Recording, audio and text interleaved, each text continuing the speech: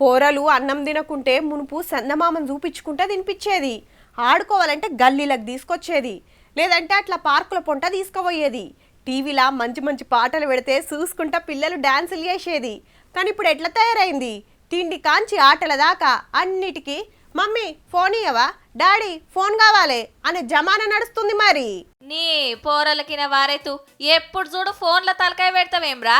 వీడియోలు చూసుడు, చాటింగ్లు చేసుడు, కామెంట్లు పెట్టుడు, షేరింగ్లు చేసుడు, గిదేనారా నువ్వు చేసే మామ్లా అని పెద్దలు గరం అవుతుంటారు గాని ఏం చేయలేని పరిస్థితి.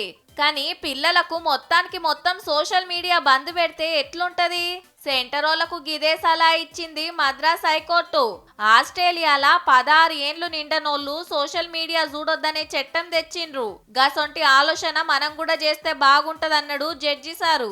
లాపర్వా చేస్తే 273 కోట్ల దండగ గుంజాలనే రూల్ ఉందుల్లో గా దేశంలా. ఇంకా కొన్ని దేశాలు కూడా గదే ఆలోచన చేస్తున్నాయి.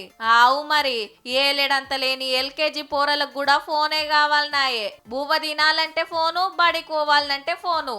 ఇయ్యకుంటే ఇల్లు ఆగమాగం చేస్తారు, పింజిర్ పింజిర్ చేస్తారు. పాడుడు బంద్ చేసి సందమామ పాటలు ఫోన్ల పెట్టుడు.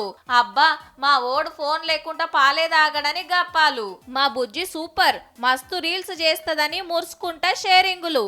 గింతోళ్లకు ఫేస్బుక్కే నాయే, గంతోళ్లకు ఇన్స్టానే నాయే. అండ్ల మంచుంది చెడుంది. లేత దిమాక్లకు గవన్నెక్కితే పిల్లలు ఖరాబ్ అవుతారు కదా మరి.